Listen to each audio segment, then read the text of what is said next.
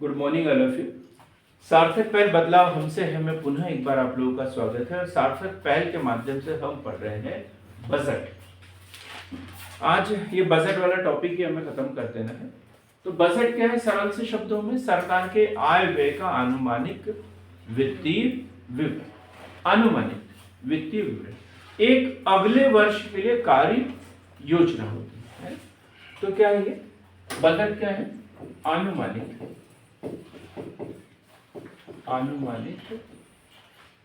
वार्षिक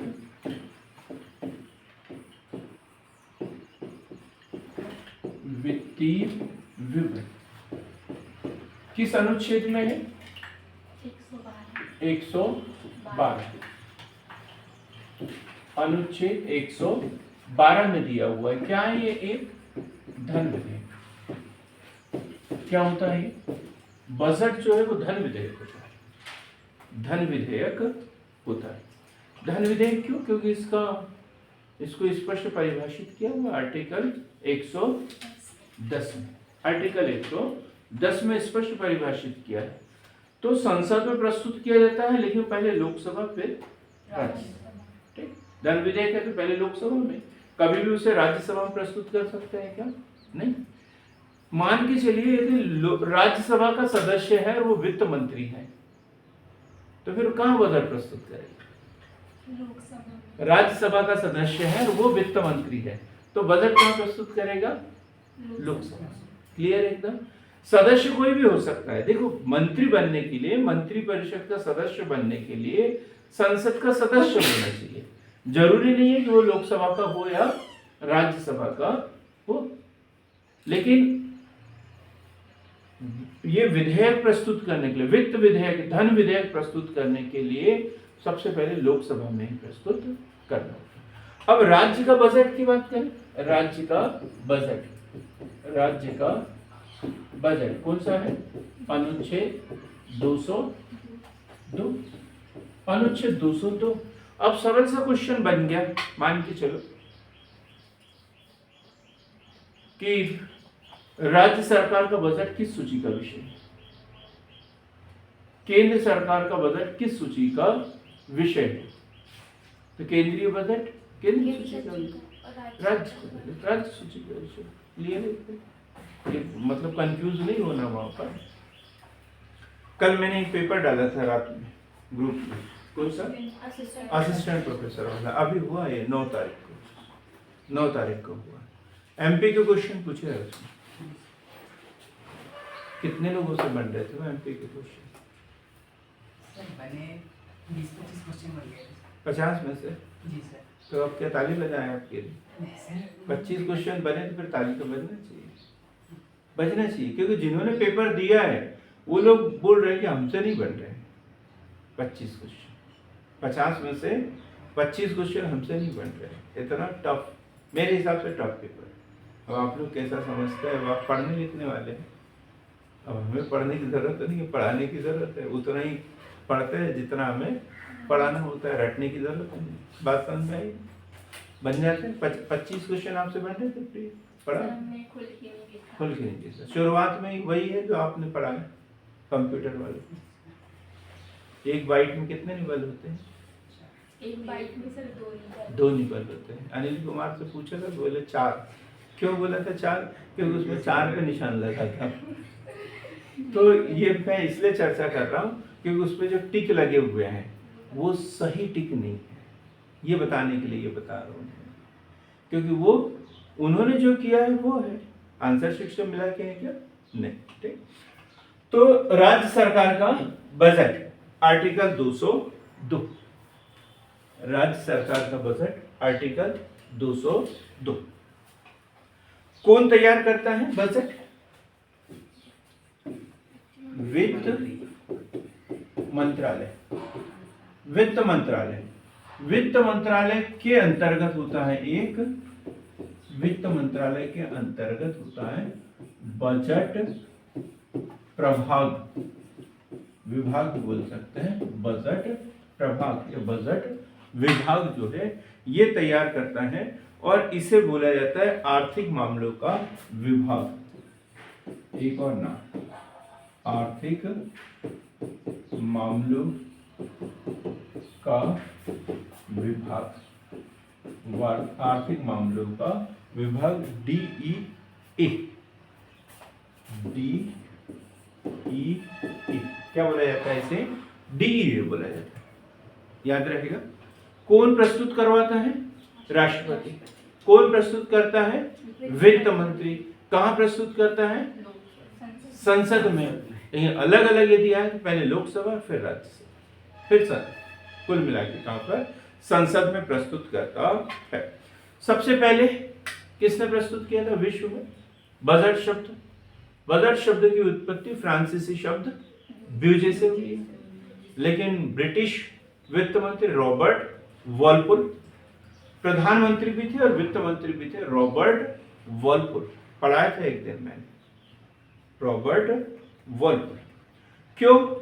क्योंकि वो जितना भी आर्थिक लेखा जोखा होता था वो एक थैले में, बस्ते में बांध के रखते थे, और जैसे ही वो संसद भवन में आते थे और बात होती थी और वो अपना थैला वो खोल लेते थे, कोई भी हिसाब किताब देखना होगा तो लोग बाग हंसते थे मोहित जैसे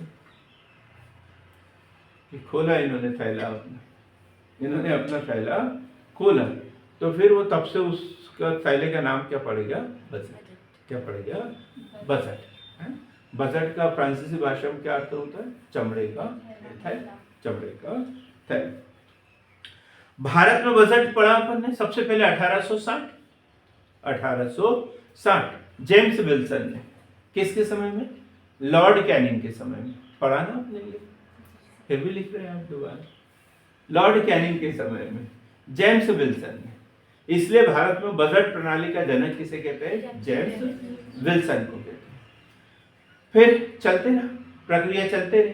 पहली बार उसमें आयकर की बात की, तो आयकर भी सबसे पहले किसने लगाया था? जेम्स विल्सन ने, 24 अप्रैल 1860 में।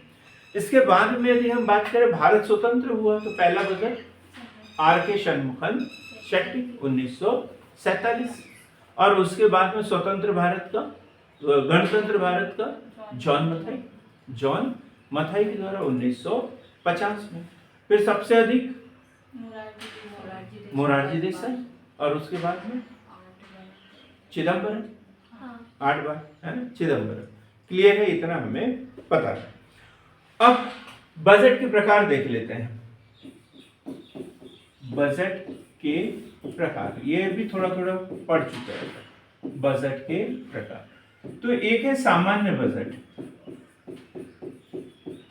सामान्य बजट पढ़ा है। सामान्य budget, traditional budget.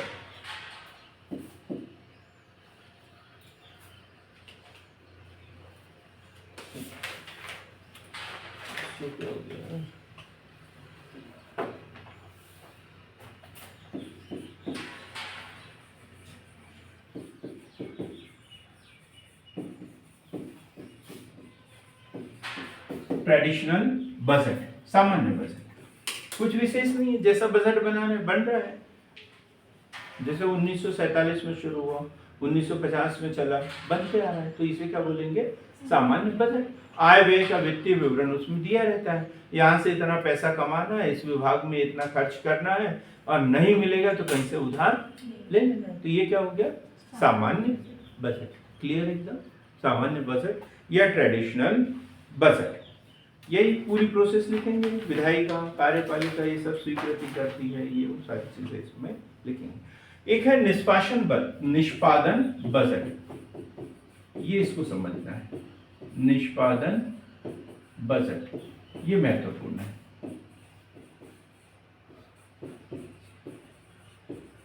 Performance budget, performance budget, performance budget क्या होता है? परफॉर्मेंस बजट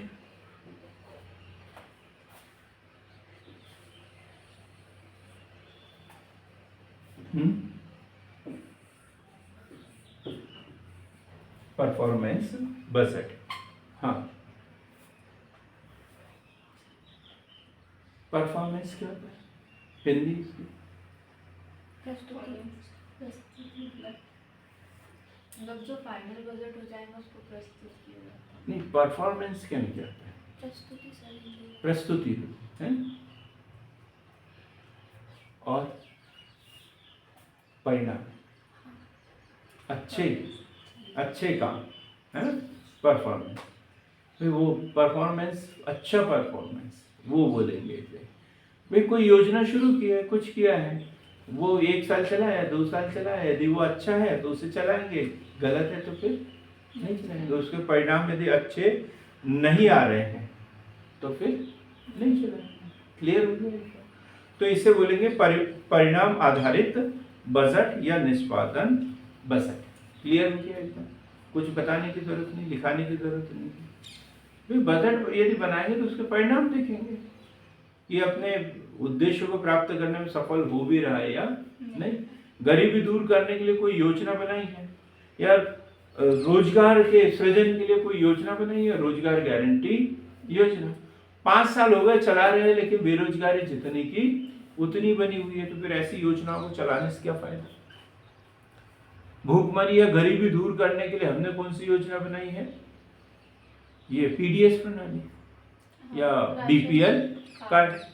लेकिन यदि 20 साल से चला रहे हो फिर भी गरीबी की संख्या में पहले 20% थे, फिर 22 हुए, फिर 24 हुए, फिर लोगों ने जन्म काय के लिए लिया है, गरीबी रेखा का कार्ड बनाने के लिए, उन्होंने वही शपथ लेके आए थे। तो फिर ये योजना सफल हुई क्या, नहीं। तो आप क्या करेंगे, ऐसी योजनाओं को बंद कर देंगे। तो ऐसे बजट को क्या बोलेंगे, परिणाम आधारित बजट, निष्पादन बजट या परफॉर्मेंस बजट। इसकी शुरुआत विश्व में हूपर आयोग की अनुशंसा पर, हूपर आयोग की अनुशंसा पर 1951 में यूएसए में, 1951 में यूएसए में किसके अनुशंसा पर, हूपर आयोग, हूपर आयोग के अनुशंसा पर यूएसए में हुआ है 1951। और भारत में शुरुआत हुई है 1968 में, भारत में शुरुआत हुई इसकी 1968।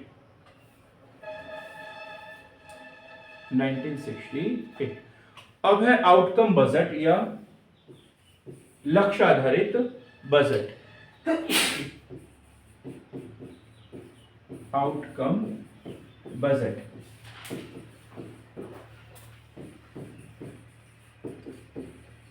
आउटकम बजट, लक्ष्य आधारित बजट, लक्ष्य आधारित बजट, आउटकम बजट। कोई बता सकता है परिणाम और लक्ष्य में क्या अंतर है, आप बताइए, परिणाम और लक्ष्य में क्या अंतर है।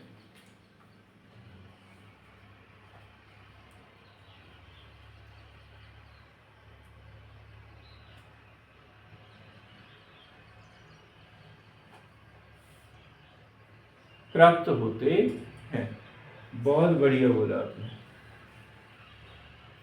धनेश्वरी मैडम बोल रहे हैं। देखो आप दूर रहते हो तो आपकी आवाज भी पहचान में नहीं आती है ना, लेकिन बोलते तो है, ये अच्छी बात है। परिणाम और लक्ष्य में बेसिक अंतर है समय का। लक्ष्य जो है किसी काम के शुरू करने के पहले डिसाइड किए जाते हैं, और परिणाम क्या होता है, कार्य करने के बाद में उसका एनालिसिस करते हैं कि ये कहां तक सफल हुआ। जो लक्ष्य निर्धारित किए थे उसके अनुसार हमने काम किया, अब हम देखेंगे कि वो परिणाम मिले या नहीं मिले। तो ये हम बाद में देखते थे, तो बोले कि नहीं बाद में क्या देखना है, पहले देखो कि कोई भी योजना को पहले बजट में स्वीकृति दे रहे हैं तो टारगेट फिक्स करो, भाई इसका उद्देश्य ये रहेगा, इतना होता है तो ठीक, नहीं होता है तो उसे बंद करो।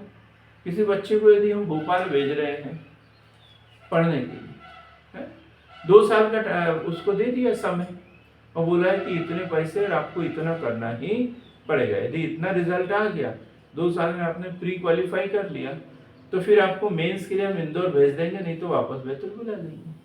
तो ये हुआ लक्ष्य आधारित, लक्ष्य आधारित। लेकिन माँ बाप ऐसा नहीं करते, माँ बाप ऐसा नहीं करते आजकल।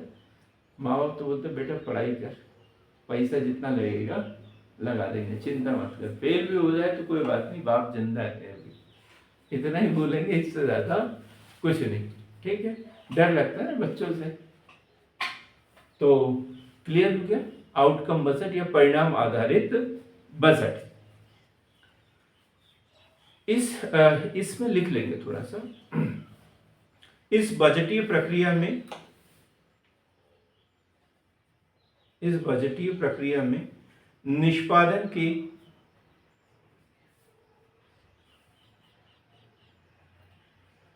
मात्रात्मक एवं गुणात्मक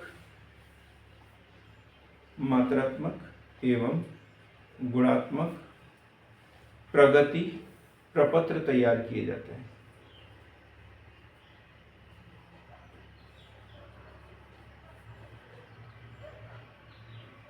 इस बजट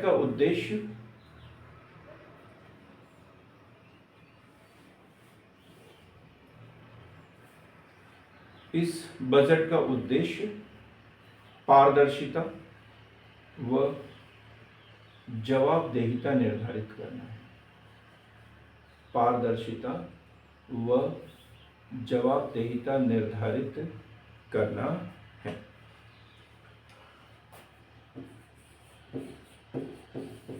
फिर शून्य आधारित बजट, ये इसके ऊपर अपनी चर्चा हो गई है ना।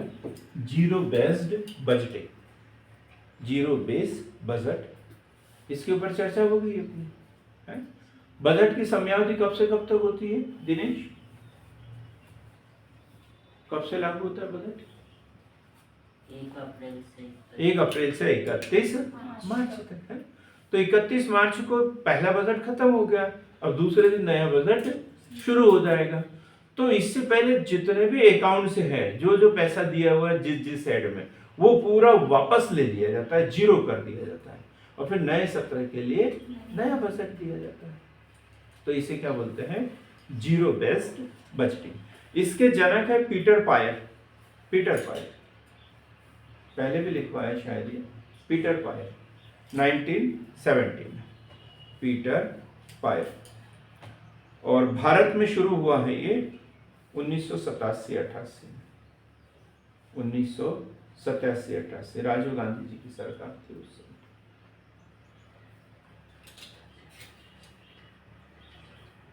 हाँ 1978, 87, 88।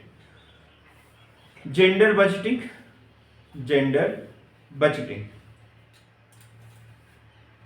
लिंग आधारित बजट। अलग अलग योजना बनाना, महिलाओं के लिए अलग, पुरुषों के लिए अलग। ये बताना कि ये बजट हमारा 87,000 करोड़ का है और इसमें से 40,000 करोड़ महिलाओं के लिए। ऐसी बात बोल देना, तो ये क्या कहलाता है? Gender budgeting. विश्व में शुरुआत हुई है इसकी 1984 में ऑस्ट्रेलिया में, 1984 में ऑस्ट्रेलिया में। ठीक, क्लियर हो गया। अब हम यहाँ पे बात करेंगे बजट, दूसरे प्रकार के बजट प्रकार।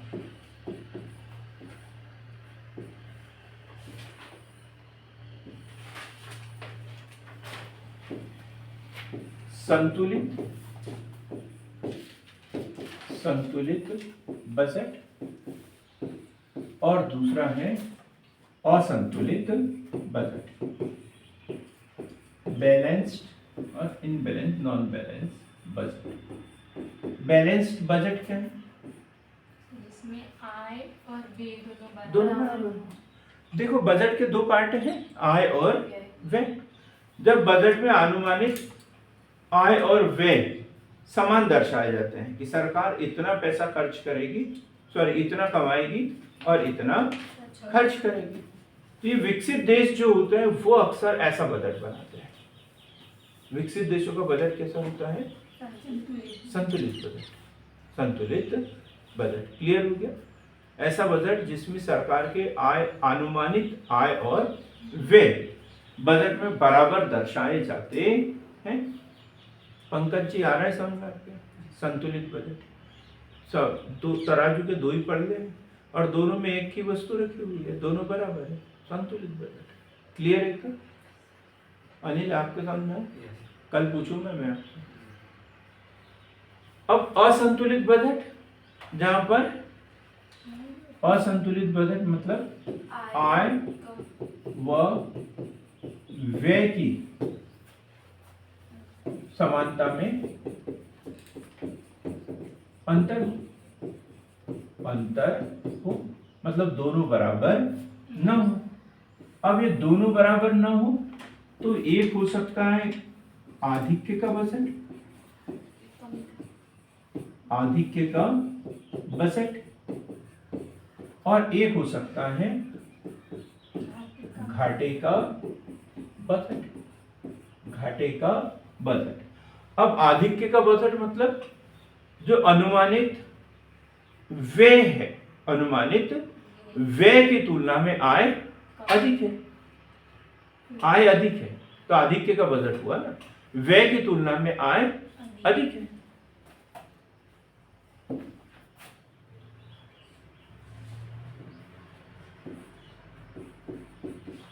व्यय की तुलना में आय अधिक, और घाटे का बजट मतलब व्यय की तुलना में आय कम, व्यय की तुलना में आय कम, व्यय की तुलना में आय कम। तो ये कौन सा बजट हुआ? घाटे का बजट। आधिक्य का बजट विकसित देशों द्वारा बनाया जाता है, घाटे का बजट विकासशील पिछड़े देशों द्वारा बनाया जाता है। क्लियर है? आधिक्य का बजट, घाटे का बजट, ये दूसरा विभाजन। पहले एक कहावत थी, इनको पता है, विजया मैडम को पता है, अभी बताऊंगा मैं, लेकिन पता है।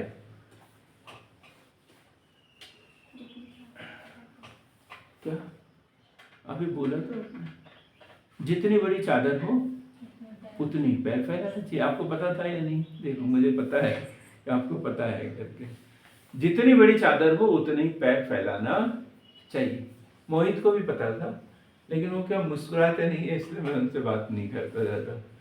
हंसना चाहिए, बढ़िया पढ़ते समय खुश रहना चाहिए, सीरियस होकर नहीं पढ़ना। तो जितनी बड़ी चादर हो उतने ही पैर फैलाना चाहिए। तो फिर कौन सा बजट बनाएंगे? संतुलित बजट, संतुलित बजट।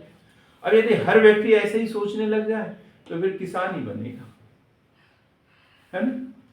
किसान बनेगा फिर, क्योंकि जितनी क्षमता है उसके अनुसार ही काम करेगा। अभी क्या करते हैं हम? आवश्यकता से अधिक प्रयास करने की कोशिश करते हैं, और करना भी चाहिए। अब जो नया जमाना आया है उसमें ये बोलना चाहिए पैर फैलाओ, चादर अपने आप बड़ी हो जाएगी। पैर फैलाओ, चादर अपने आप बड़ी हो जाएगी। भाई लोन लेंगे, हम उधार लेंगे, कुछ अच्छी उपलब्धि हासिल करेंगे और फिर चुकाते रहेंगे, ये है। और नहीं तो पुराने तरीके से चलते रहे तो फिर गड़बड़ हो जाएगा। हाँ, लेकिन ये कोई ऐसा भी नहीं है, लोन लेने वाले डूब जाते हैं, सुसाइड भी कर लेते हैं, क्योंकि उसका प्रबंधन सही होना चाहिए, है ना? जिस काम के लिए लिया है वह उसका सदुपयोग होना चाहिए। क्लियर एकदम? मतलब जरूर नहीं है कि हम संतुलित बजट ही बनाएं, घाटे का बजट मतलब आधिक्य का बजट ही बनाएं। हम घाटे का बजट बना करके भी अपना विकास कर सकते हैं, लेकिन जिस घाटे को अपन ने बना के रखा है उसको मैनेज करते आना चाहिए, उसका सही उपयोग करते आना चाहिए।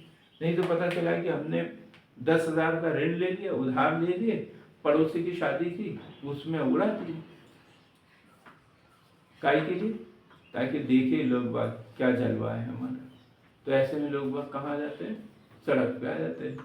फिर शादी होने के 2 महीने तक पड़ोसी खुश रहता है, उसके बाद में बोलता है भिखारी की तरह हमेशा मांगते ही रहता है, ऐसा हो रहता है ना? तो क्लियर हुआ है घाटे का बजट और आधिक्य का बजट। घाटे की वित्त व्यवस्था एक शब्द है, हीनार्थ प्रबंधन। हीनार्थ प्रबंधन अपन आज डिटेल में चर्चा करने वाले, लेकिन उस दिन थोड़ा सा बता दिया था मैंने। हीनार्थ प्रबंधन क्या होता है जी? हीनार्थ प्रबंधन देखो घाटे को पूरा करने के लिए ऋणों की व्यवस्था करना है, आंतरिक ऋण लेंगे, विदेशी ऋण लेंगे, रिजर्व बैंक में जो प्रतिभूतियां है सरकार की उसका विक्रय कर देंगे, खुले बाजार की क्रियाएं पढ़ा तो है अपन ने, उसका विक्रय कर देंगे। और फिर भी यदि जो घाटा है वो पूरा ना हो तो फिर क्या करेंगे? तो फिर रिजर्व बैंक से हम नई मुद्रा का निर्गमन करेंगे। तो इसे क्या बोलेंगे? हीनार्थ प्रबंधन, घाटे की वित्त क्लियरिंग, घाटे की वित्त व्यवस्था। अब हम पढ़ते हैं बजट के घटक। बजट के घटक, तो बजट के दो भाग होते हैं, एक राजस्व और दूसरा पूंजीगत। सॉरी, इससे पहले हम हाँ ठीक है, इसके आधार पर ही करते हैं पूंजीगत। वैसे हम इसका दूसरे तरीके से विभाजन करने वाले थे, आय और व्यय।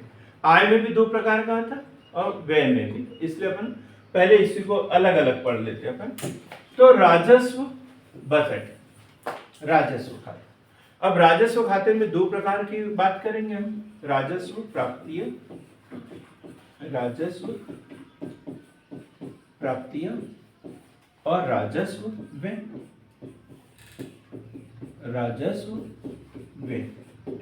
ऐसे पूंजीगत में भी दो प्रकार की बात होगी, एक प्राप्तियां और दूसरा व्यय। दोनों खाते में, बजट के दो खाते होते हैं, दो भाग होते हैं, आय और व्यय, लेकिन खाते कितने होते हैं? दो, पूंजीगत और राजस्व।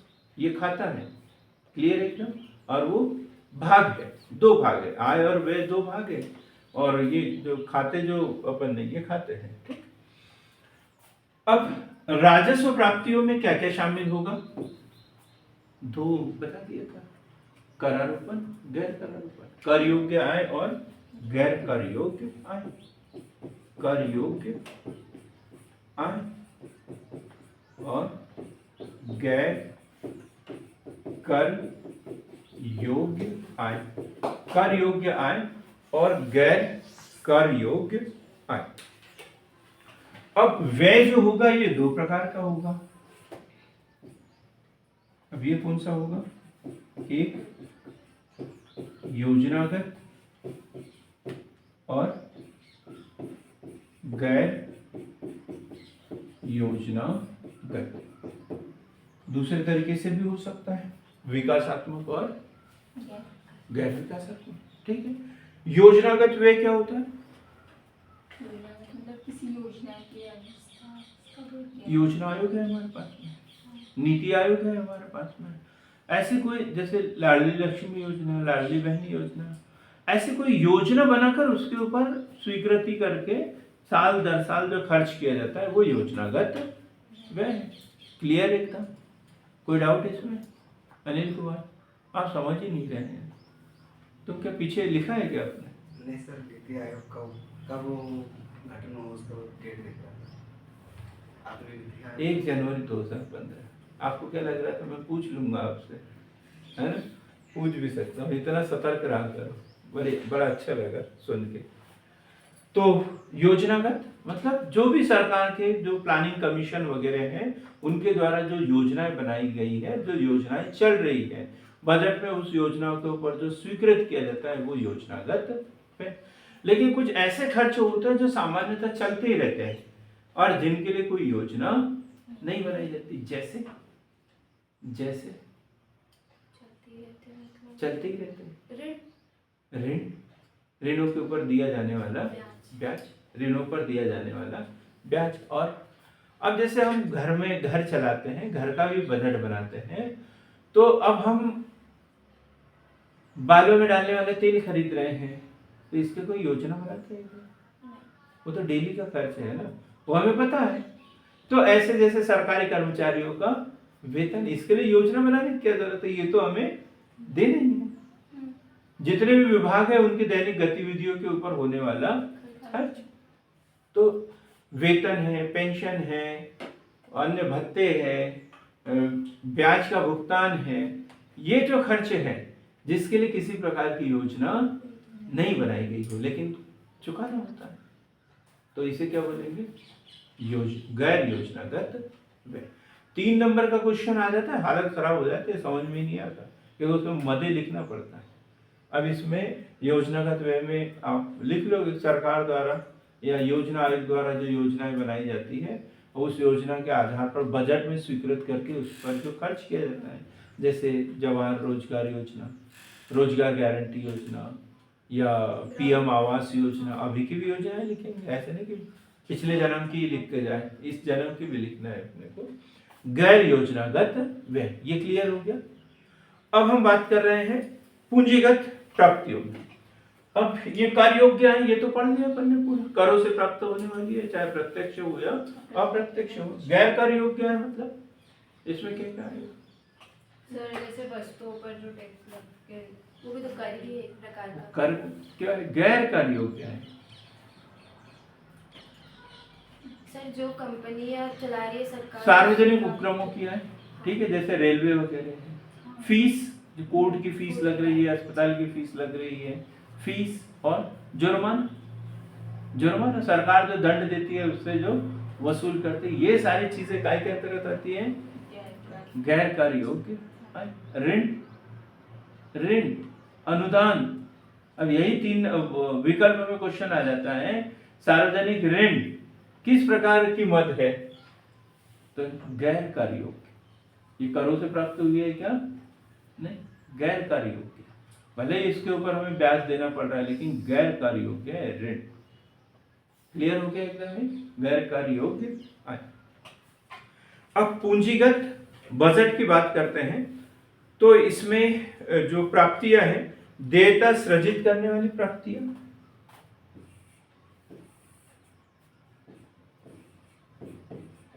देयता सृजित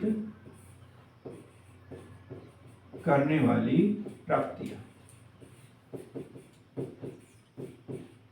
देयता सृजित करने वाली प्राप्तियां मतलब ऐसी प्राप्तियां जिसमें सरकार की देनदारी बढ़ रही हो। अब ये कार्य योग्य गैर कार्य योग्य आए, ये सरकार को प्राप्त हो रही थी, इसके बदले में कोई जिम्मेदारी बढ़ रही थी क्या उनके ऊपर? नहीं, लेकिन यहाँ पर क्या है? जिम्मेदारी आज लिया है, कल तो आपको चुकाना पड़ेगा। तो देयता सृजित करने वाली प्राप्तियां। और दूसरा है संपत्ति में, ये कल पढ़ा था अपन ने, संपत्ति में कमी लाने वाली, कमी लाने वाली प्राप्तियां है ना? मतलब निजीकरण, विनिवेश, डिसइन्वेस्टमेंट, सरकार ने जो पैसा लगाया था वो वापस ले लिया। Indian railway, Indian railway Bharat सरकार का है और यदि ये किसी व्यक्ति को दे दे, निजी कर दे, तो वो क्या आ जाएगा? निजीकरण। तो इससे सरकार को आय तो प्राप्त होगी लेकिन उसकी संपत्ति में कमी हो जाएगी। क्लियर हो जाएगी?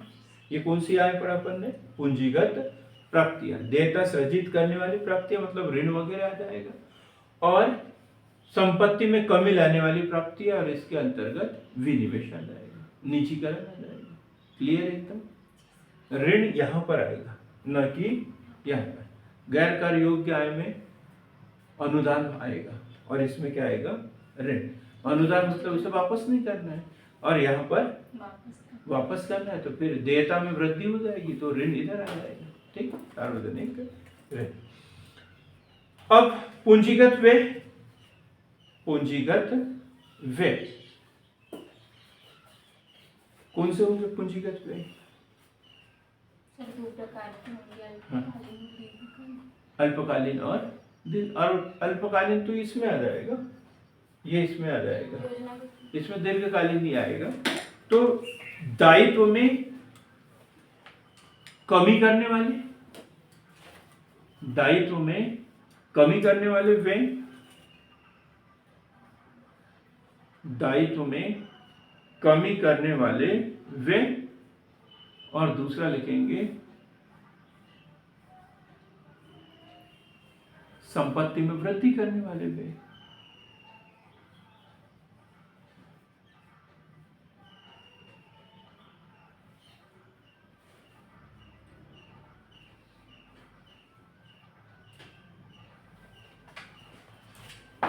संपत्ति में वृद्धि करने वाले व्यय। संपत्ति में वृद्धि करने वाले व्यय, दायित्व में कमी करने वाले व्यय मतलब ऋणों को चुका दें, है ना। जो बहुत पहले से किसी ने ऋण लिया है हमने उसे चुका दिया, तो पूंजीगत व्यय कहलाएगा। लेकिन दायित्व में फिर दूसरा है सरकार द्वारा पूर्व में लिए गए ऋणों की अदायगी, ये भी ठीक है। निवेश, निवेश काय में आएगा? संपत्ति में वृद्धि। संपत्ति में वृद्धि करने वाले, इन्वेस्टमेंट कर लो। इन्वेस्टमेंट का उल्टा क्या बताया था पुनः? विनिवेश, डिसइन्वेस्टमेंट, है ना। कहीं एक ही बात ना समझे दोनों को, निवेश विनिवेश दोनों जमीन आसमान का अंतर है।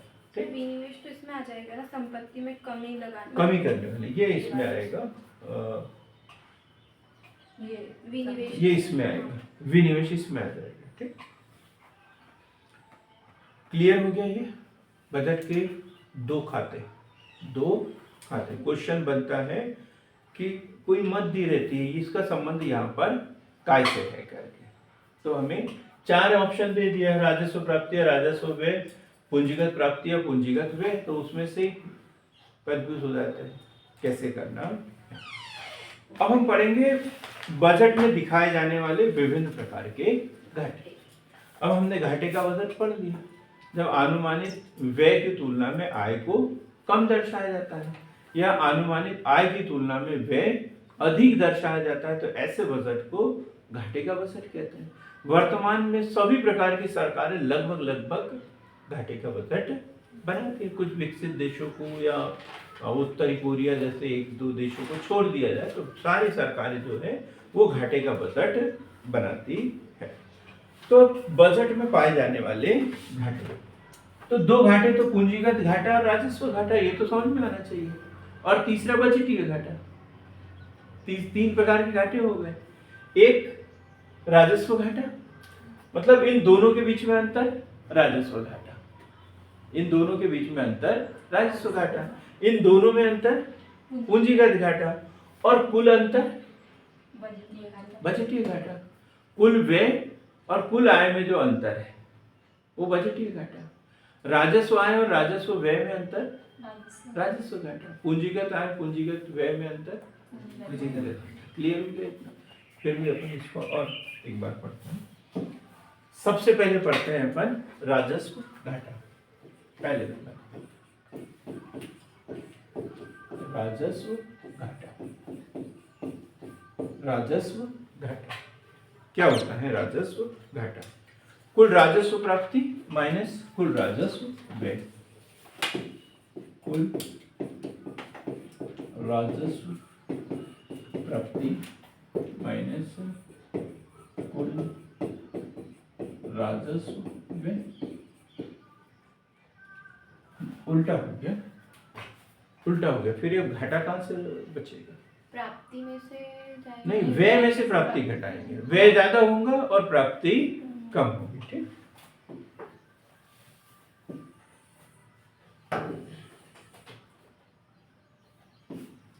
कुल राजस्व व्यय माइनस राजस्व प्राप्ति। ठीक, तो ये राजस्व घाटा। जब आय कम होगी और व्यय ज्यादा होंगे तो व्यय में से आय को घटा देंगे। क्लियर हो गया? अब इसको 3 नंबर का क्वेश्चन आया। अब हमने तो सूत्र में लिखवा दिया है। प्रश्न ये उठता है कि 3 नंबर, अब तो 2 नंबर का आएगा, पहले 3 का आता था, अब नए इसमें कितने का आएगा? 2 नंबर का एक क्वेश्चन आएगा। तो कितना उत्तर लिखेंगे उसको?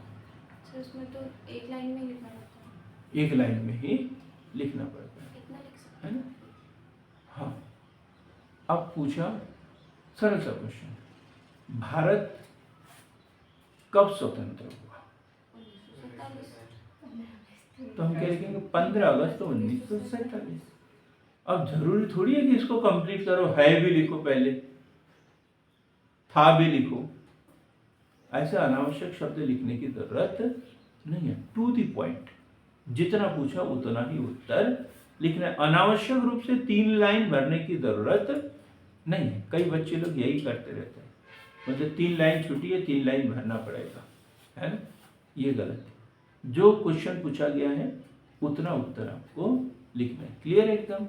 अब इसमें इतना ही लिख दिया तो भी हमारा काम चल जाएगा, नहीं तो फिर लिखो सरकार बजट बनाती है, उसमें सार्वजनिक राजस्व आय की तुलना में व्यय में अधिकता दर्शाती है।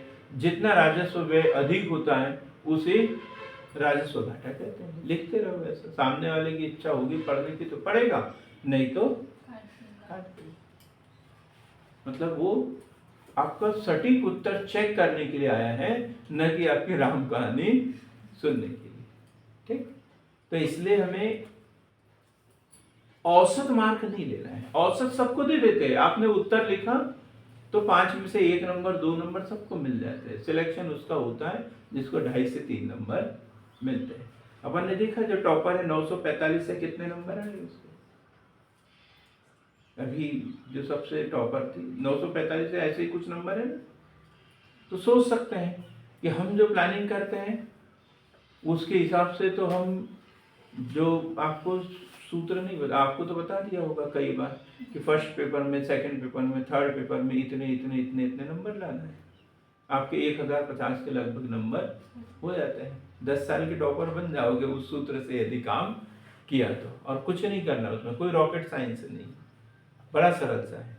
लेकिन जब बच्चों का वहां तक पहुंचने का नंबर आता है वो अपने खोली में जाके बैठ जाते हैं। तो मैं वहां जाके तो नहीं समझा सकता ना उन लोगों को। तो क्लियर हो गया। अब दूसरा पूंजीगत घाटा, डेफिसिट। तो इसमें देखेंगे यही कुल पूंजीगत व्यय माइनस कुल पूंजीगत आय। पूंजीगत, जब मैं पढ़ाता हूं तब बड़ा सरल लगता है, और 1 घंटे बाद में मैं खुद भी भूल जाता हूँ, बड़ी दिक्कत हो जाती है। इसलिए इसको पढ़ते रहना चाहिए। जब तक पढ़ेंगे तब तक याद रहेगा, तब तक समझ में भी आता रहेगा। तो प्राप्तियां को फिर आय भी तो लिख सकते हैं। क्या प्राप्तियां? हाँ, उसको आय भी लिख सकते हैं। हाँ बिल्कुल, है ना? प्राप्तियां भी लिख सकते हैं, आय भी लिख सकते हैं। फिर है बजटीय घाटा। बजटीय घाटा तो इसमें तो कुल बजटीय प्राप्तियां नहीं, आय, व्यय माइनस कुल बजटीय प्राप्तियां। अब इसमें क्या होता है, कभी कभी ये क्वेश्चन तब कठिन हो जाते हैं जब 4 विकल्प बना के दे देते हैं सही जोड़ी मिलाने के लिए, या इसमें से कौन सा है कौन सा नहीं है, कौन सी मत शामिल होगी कौन सी नहीं होगी, तब दिक्कत हो जाती है उसमें। अब इसी को दूसरा लिखते हैं तो क्या हो जाएगा, कुल राजस्व व्यय प्लस कुल पूंजीगत व्यय माइनस कुल राजस्व प्राप्तियां माइनस नहीं प्लस पूंजीगत प्राप्तियां, पूंजीगत प्राप्तियां। ठीक, अब इसमें गड़बड़ कर देते हैं, ये यहाँ माइनस लगा देंगे, यहाँ प्लस लगा देंगे, वहां माइनस लगा देंगे, या फिर यहाँ पर वहां का उठा के यहाँ ले आएंगे, यहाँ का उठा के वहां पर ले जाएंगे। शुरू में तो ऐसा लगता है इनके जैसे जो नए स्टूडेंट रहते हैं एक जैसा ही लिखा है, अंतर ही समझ में नहीं आता कि अंतर कहाँ है। बोले चारों सही है, चलो कोई भी ओम भूर्भुव किया, किसी एक पे गोला काला कर दिया, बोले जम गया काम अपने, चारों एक जैसे ही है।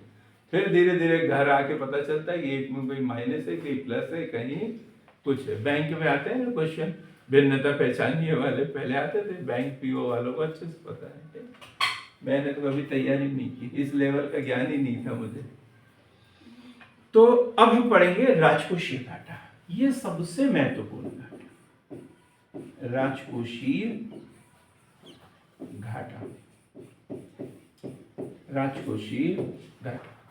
ठीक, आज जितने भी सरकारें बात करती हैं वो इसी के ऊपर ना कोई। अब इसमें घाटा हो गया, इसमें आय प्राप्त कर ली, बराबर कर लिया इसमें। ठीक, लेकिन सबसे महत्वपूर्ण क्या है? राजकोषीय घाटा। आकार में सबसे बड़ा होता है। क्वेश्चन इतना ही कई बार पूछा गया, निम्नलिखित में से कौन सा घाटा सबसे बड़ा है? राजकोषीय घाटा। कौन सा घाटा सबसे महत्वपूर्ण है? राजकोषीय घाटा। बजट में सरकार सबसे अधिक ध्यान किस घाटे पर देती है? राजकोषीय घाटा। क्लियर हो गया? Financial fiscal deficit, fiscal deficit, राजकोषीय घाटा। इसकी अवधारणा जो है वो आई है 1991 में। 1991 भारत की बात कर रहे हैं, डॉक्टर मनमोहन सिंह के समय में। मनमोहन सिंह 1991, डॉक्टर मनमोहन सिंह। लेकिन व्यवहार में इसका उपयोग लाया गया 1997-98 में।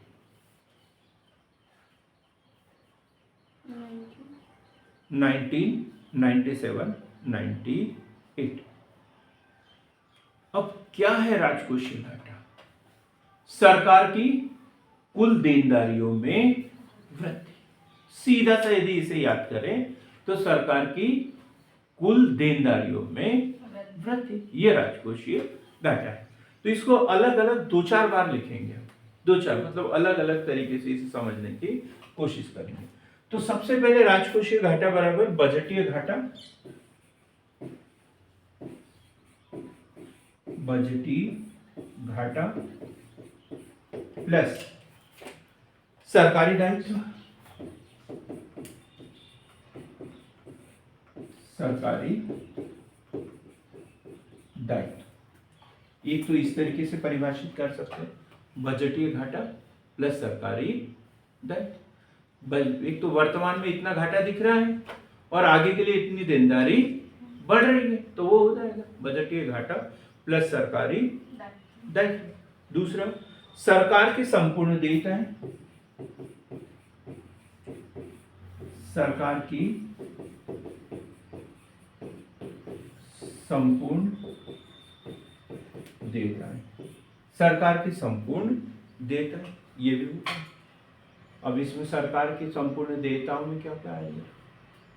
सार्वजनिक ऋण, सार्वजनिक ऋण कौन कौन से होते? सार्वजनिक ऋण, पब्लिक डेट, पब्लिक से लिया या अंतरराष्ट्रीय संस्थानों से लिया, दोनों आते हैं इसमें सार्वजनिक ऋण। ठीक, और एक होता है रिजर्व बैंक से लिया गया उधार। संपूर्ण देयताओं में क्या क्या आएगा? सार्वजनिक ऋण प्लस रिजर्व बैंक से लिया गया उधार। वो ब्रैकेट में लिखना है अलग से,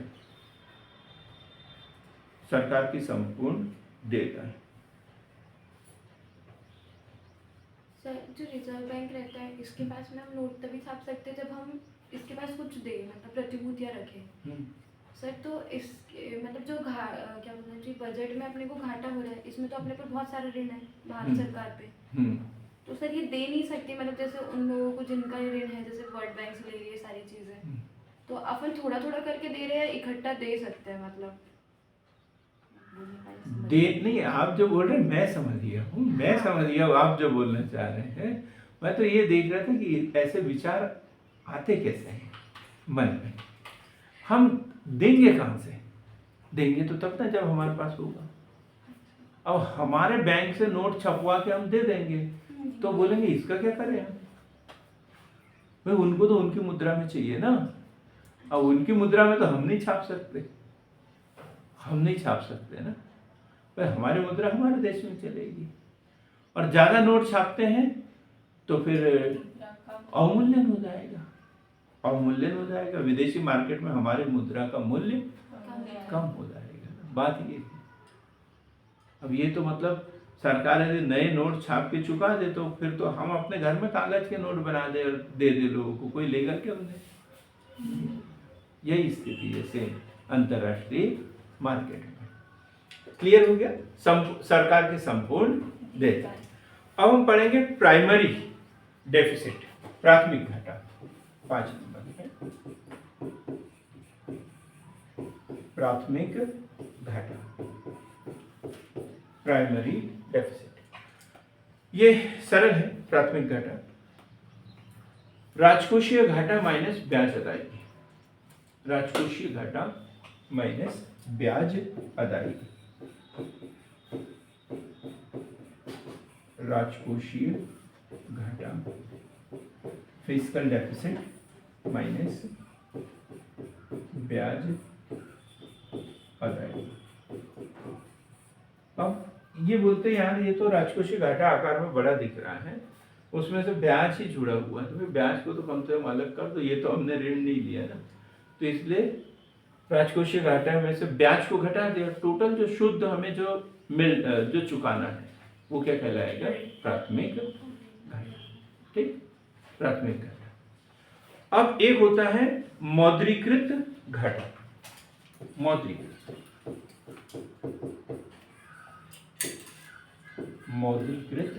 घाटा।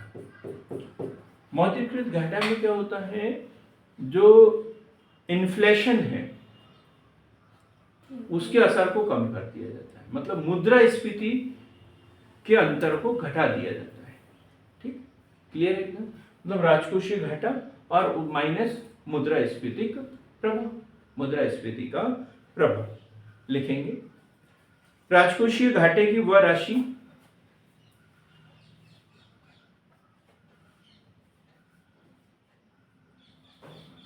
राजकोषीय घाटे की वह राशि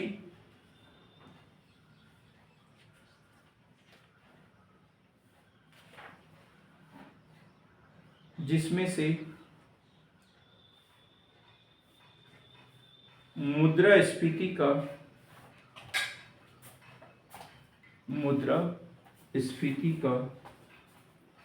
प्रभाव घटाने पर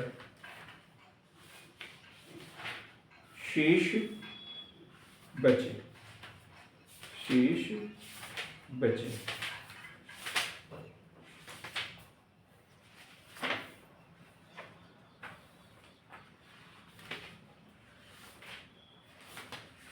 चलो इसको हम थोड़ा सा और भी देखेंगे। कौन सा पढ़ रहे थे अपन?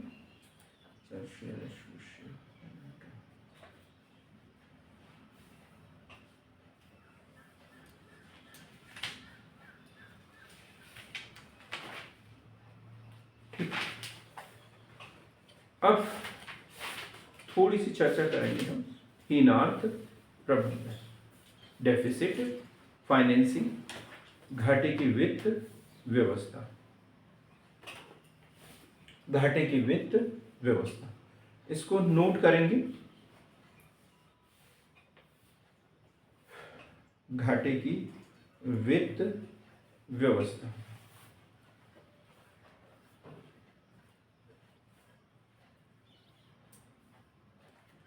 सरकार लिखना भर है इसे, है ना, ज्यादा कठिन नहीं है, क्वेश्चन आता है। लेकिन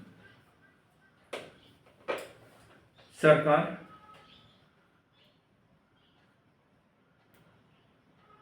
बजटीय व्यवहार से उत्पन्न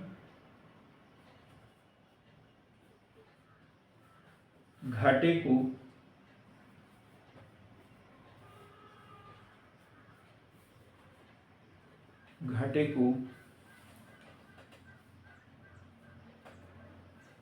पूरा करने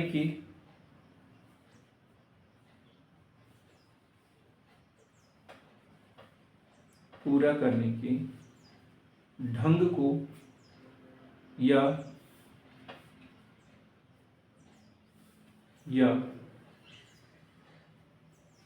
जिन स्रोतों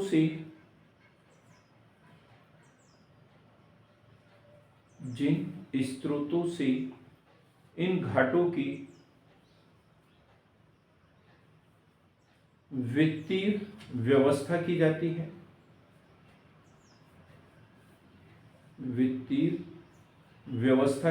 है, या इन घाटों को पूरा किया जाता है, पूरा किया जाता है, पूरा किया जाता है।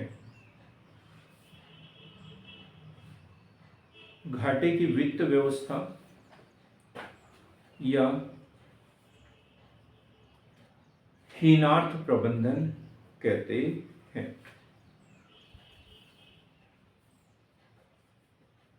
हीनार्थ प्रबंधन कहते हैं।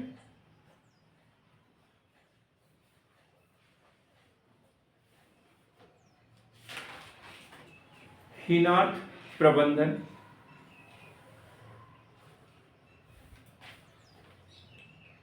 लाभदायक भी हो सकता है व हानिकारक भी हो सकता है।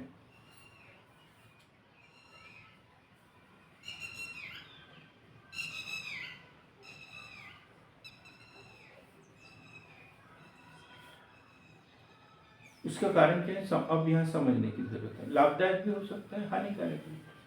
तो यदि अर्थव्यवस्था में मंदी है, मंदी की स्थिति है, और ऐसी स्थिति में सरकार घाटे का बजट बना रही है, सार्वजनिक व्यय में वृद्धि कर रही है, करारोपण में कमी कर रही है मंदी की स्थिति में, तो लोगों के पास में अतिरिक्त आय आएगी लेन देन करने के लिए, तो लाभदायक हो जाएगा। लेकिन यदि सरकार अनावश्यक रूप से मुद्रा की मात्रा में वृद्धि करती है, मुद्रा की मात्रा में वृद्धि करती है, तो उससे क्या होगा, मुद्रास्फीति, मुद्रास्फीति होगी। मुद्रास्फीति होगी तो उससे अर्थव्यवस्था बुरी तरीके से प्रभावित होगी। तो इसके लाभदायक प्रभाव भी हो सकते हैं, हानिकारक प्रभाव भी हो सकते हैं। और इसको थोड़ा सा ठीक करेंगे, मौद्रीकृत घाटे को ठीक करेंगे। लिखेंगे राजकोषीय घाटा माइनस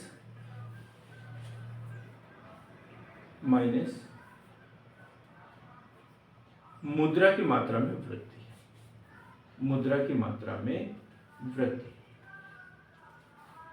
मुद्रा की मात्रा में वृद्धि। क्लियर है? अब इसी के कारण मुद्रास्फीति भी हो, तो इसलिए हमने मुद्रास्फीति प्रभाव को माइनस करने की बात की थी है। तो क्या है, हीनार्थ प्रबंधन का एक घटक है मौद्रीकृत घाटा। अब कहीं कोई उपाय नहीं होता है तो सरकार क्या करते है, रिजर्व बैंक से नई मुद्रा का निर्गमन करवा देती है। अब नई मुद्रा का निर्गमन करवाने के कारण हमें घाटा तो उतना दिखाई नहीं दे रहा है, तो इसलिए राजकोषीय घाटे में को पूरा करने के लिए जो नई मुद्रा का निर्गमन करते हैं उसको माइनस कर दो, तो क्या बचेगा, मौद्रीकृत घाटा। जितने भी नई मुद्रा का निर्गमन किया है उसको घटाने पर जो शेष बचेगा वो बचेगा मौद्रीकृत घाटा। एक सूची बनाना है हमें, बार बार ये क्वेश्चन पूछा जाता है इससे संबंधित। कर सुधार से संबंधित विभिन्न समितियां, कर सुधार से संबंधित विभिन्न समितियां, विभिन्न समितियां, कर सुधार से संबंधित विभिन्न समितियां। ये आपको करना है, ऐसे बोलने वाला हूं।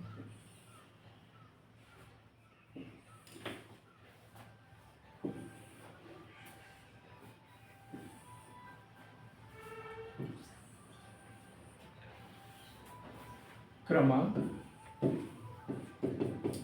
समिति, वर्ष और उद्देश्य या कार्य या अनुशंसा। क्लियर एकदम? तो इस तरीके से कुछ महत्वपूर्ण समितियों को हम नोट करेंगे। तो पहले नंबर पे लिखेंगे माथुर समिति, पहले नंबर पे माथुर समिति 1925 1925 कराधान जांच आयोग, वो उद्देश्य में क्या लिखेंगे? कराधान जांच आयोग। माथुर समिति, माथुर समिति 1925, कराधान जांच आयोग। इसके अध्यक्ष कोई और थे, लेकिन वो बाद में हट गए थे और मुख्य रूप से इनकी माथुर जी की भूमिका थी, इसलिए माथुर समिति बोलते हैं। इसके अध्यक्ष थे R.S. गंधलेकर, R.S. गंधलेकर। दूसरा लिखेंगे जॉन मथाई समिति, जॉन मथाई समिति, जॉन मथाई समिति 1953।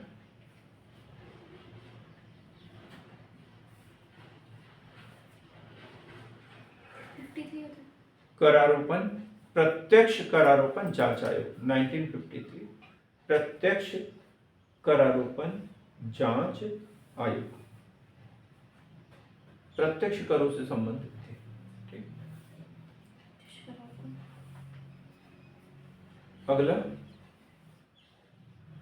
तीसरे नंबर पे निकोलस कॉल्डोर समिति, कॉल्डोर समिति 1956, ये भी प्रत्यक्ष करारोपण पर विचार।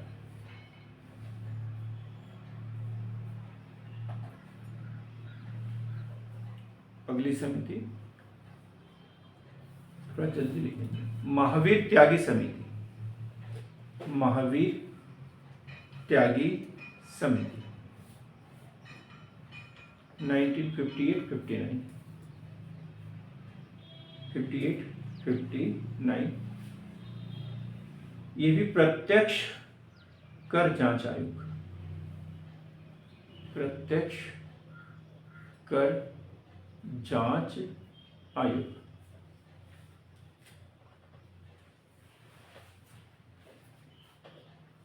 अगला भूतलिंगम समिति,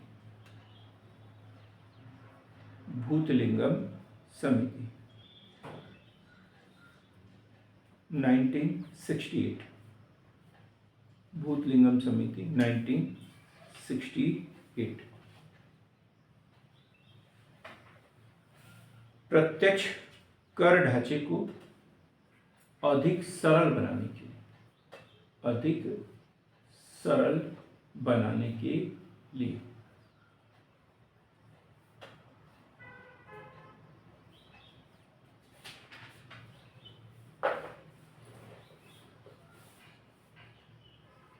अगला लिखेंगे के.एन. वाचू कमेटी, के.एन. वाचू, के.एन. वाचू, ये डायरेक्ट टैक्स से संबंधित था, ये भी प्रत्यक्ष कर से संबंधित, लेकिन एक और लाइन इसमें जोड़ेंगे, प्रत्यक्ष कर व काली मुद्रा को बाहर निकालना, काले धन को बाहर निकालना, ब्लैक मनी को बाहर निकालने से संबंधित। ये क्वेश्चन पूछा गया एग्जाम में। फिर महावीर त्यागी कमेटी दोबारा बनी है, कमेटी का गठन 1970, 1970, है ना? उससे पहले की एक और कमेटी लिखना था, महावीर त्यागी कमेटी 1968 में दोबारा बनी थी। 1972 से इसे लागू किया गया। 1968 में बनी है और लागू कब किया गया? 1972 में। और इसका कार्य था कर अपवंचन की समस्या पर विचार, कर चोरी पर विचार करना, कर चोरी की समस्या पर विचार करना।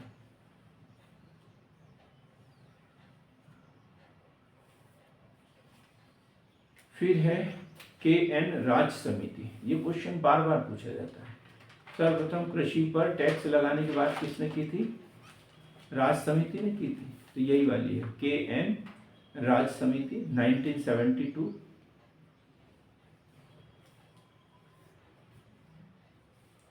कृषि आय पर कर या कृषि जोत पर कर लगाने का सुझाव दिया था इन्होंने। ये क्वेश्चन बहुत ही इंपॉर्टेंट है। कृषि जोत पर कर लगाने की अनुशंसा की। अभी तो सर देते हैं ना अपन भूमि कर। वो अलग है, भू राजस्व अलग है, वो संपत्ति कर है, आयकर नहीं है। आयकर और संपत्ति कर में क्या अंतर है? आयकर मतलब प्रवाह है, एक निर्धारित अवधि में जितनी आय आपने प्राप्त की है वो, और आपके पास में एक सोना रखा हुआ है, जितना का उतना ही है, उससे कोई आय प्राप्त नहीं हो रही है, लेकिन इतना रखा हुआ है कि उसके ऊपर टैक्स आपको देना पड़ रहा है, वो संपत्ति कर है। जैसे जमीन है, अब आप खेती नहीं कर रहे हो लेकिन जमीन है तो टैक्स तो देना पड़ेगा। लेकिन यदि उसके ऊपर कृषि कर रहे हैं, सोयाबीन का उत्पादन हो रहा है, उस पर जो आय प्राप्त हो रही है वो कृषि आय कर है। क्लियर है एकदम? हाँ। अब हम पढ़ेंगे CC चौकसी कमेटी। CC इसमें आगे अगली कमेटी है ना, CC चौकसी कमेटी 1978।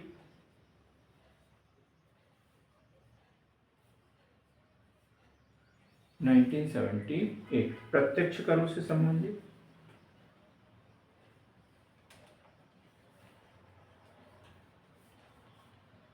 आयकर अधिभार के साथ, इसी में लिखना है, 2 सिफारिश है इसकी।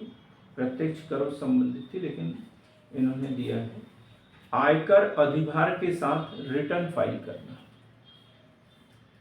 रिटर्न फाइल करना, आयकर अधिभार के साथ रिटर्न फाइल करना। अगला लिखेंगे LK झा कमेटी। ये भी बार बार एग्जाम में पूछा जाता है। LK झा कमेटी,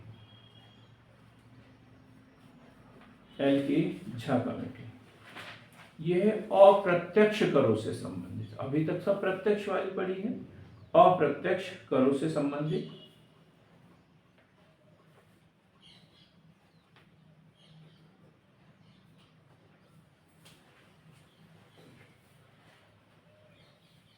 ये मैनवेट लगाने की अनुशंसा की, इसमें एक और लिखेंगे मैनवेट लगाने की अनुशंसा, MAN मैनवेट।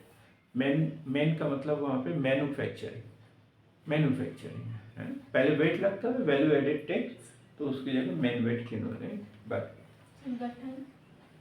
1981 LK Jha committee 1981।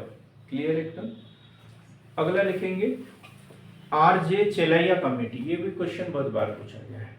RJ Chelliah committee, RJ Chelliah committee, और ये है 1991 1991। प्रत्यक्ष एवं अप्रत्यक्ष कर,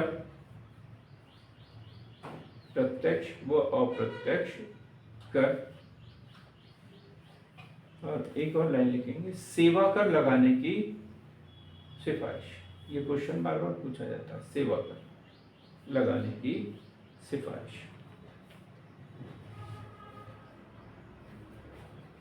फिर लिखेंगे विजय केलकर समिति।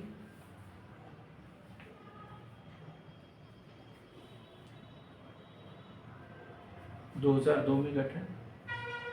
ये क्वेश्चन भी पूछा गया था। GST की अनुशंसा इसी समिति ने की, केलकर समिति। तो ये प्रत्यक्ष एवं अप्रत्यक्ष करों में सुधार दोनों से संबंधित थी। GST की संस्तुति इनके द्वारा की गई, GST लगाने के बाद इनके द्वारा की गई थी। ये क्वेश्चन पूछा गया PSC में।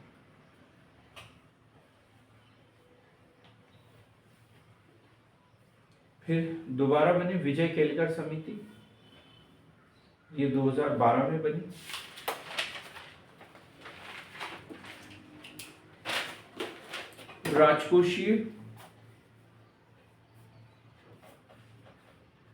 राजकोषीय विवरण से संबंधित। घाटा इसलिए नहीं लिखा क्योंकि दोनों प्रकार के आय व्यय दोनों प्रकार की बातों से संबंधित थी, इसलिए तो राजकोषीय विवरण से संबंधित कब गठित हुई? 2012 में। ठीक, फिर इन्होंने सुझाव क्या दिया था? तो जीएसटी लागू करने का दिया, यूआईडी यूनिक आइडेंटिफिकेशन आधार कार्ड वाले, और दूसरा पैन की अनिवार्यता, परमानेंट अकाउंट नंबर, पैन, इसकी अनिवार्यता। यही क्वेश्चन बन जाए कि कोई भी लेन देन कर रहे हैं तो उसके लिए पैन कार्ड होना अनिवार्य है। ये किसने अनुशंसा की थी? तो विजय केलकर कमेटी। कब? 2012 लिखेंगे पार्थ सार्थ शोम कमेटी, पार्थ सार्थ शोम कमेटी 2013 में। पार्थ सार्थ शोम, ये पार्थ सार्थ सोम कमेटी। ठीक, पार्थ सार्थ सोम, सोम कमेटी भी बोलते हैं इसे, सोम कमेटी भी इसे बोला जाता है। ये हुआ 2013 में, 2013 में। क्या था इसका? गार क्या होता है? General anti avoidance rule. गार के संबंध में निर्देश देना, गार के संबंध में निर्देश देना। लास्ट कमेटी लिखेंगे एन के सिंह कमेटी, एन के सिंह कमेटी, एन के सिंह कमेटी 2016। सार्वजनिक ऋणों से संबंधित, सार्वजनिक ऋणों से संबंधित। तो ये कुछ समितियां नोट की थी, वो पढ़ दिया अपन ने, और आगे भी पढ़ेंगे। तो आज हमने बजट के टॉपिक को खत्म किया। एक पीडीएफ दूंगा मैं आप लोगों को, बजट 2024-25 बजट, अभी 24-25 चल रहा है। तो मध्य प्रदेश का भी और भारत सरकार का भी बजट दूंगा, और आप लोगों को उसका एनालिसिस करके लाना है। 10-10 बातें उसमें के मुख्य नोट करना है, पढ़ना है, और उसकी 10-10 बातें मुख्य नोट करना है। तो मिलते हैं कल ऐसे ही बेहतर क्लास के साथ में, तब तक के लिए बहुत बहुत धन्यवाद।